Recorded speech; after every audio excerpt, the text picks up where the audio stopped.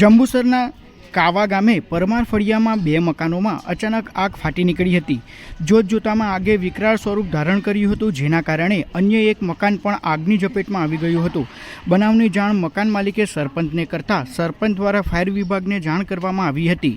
જંબુસર નગરપાલિકાના ફાયર ફાઇટરો ઘટના સ્થળે દોડી આવ્યા હતા અને આગ પર કાબૂ મેળવવાના પ્રયત્નો કર્યા હતા, પરંતુ મકાનમાં લાકડાનો મોટો જથ્થો હોવાના કારણે આગ કાબૂમાં આવી ન હતી, જેના કારણે આસપાસની 3 કંપનીઓના અન્ય ફાયર ટેન્ડરોની પણ મદદ લેવામાં આવી હતી। 4 જેટલા ફાયર ફાઇટરોએ ઘટના સ્થળે આવી પાણીનો મારો ચલાવી લગભગ 2.5 કલાકની જહેમત બાદ આગ પર કાબૂ મેળવ્યો હતો।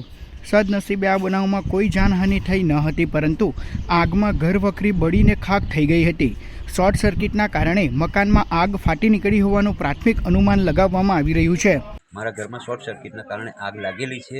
જ્યારે મને ખબર નથી, પણ મારા નાના ભાઈ આવી અને મને કહ્યું કે મોટા ભાઈ આગ લાગી છે ઘરમાં।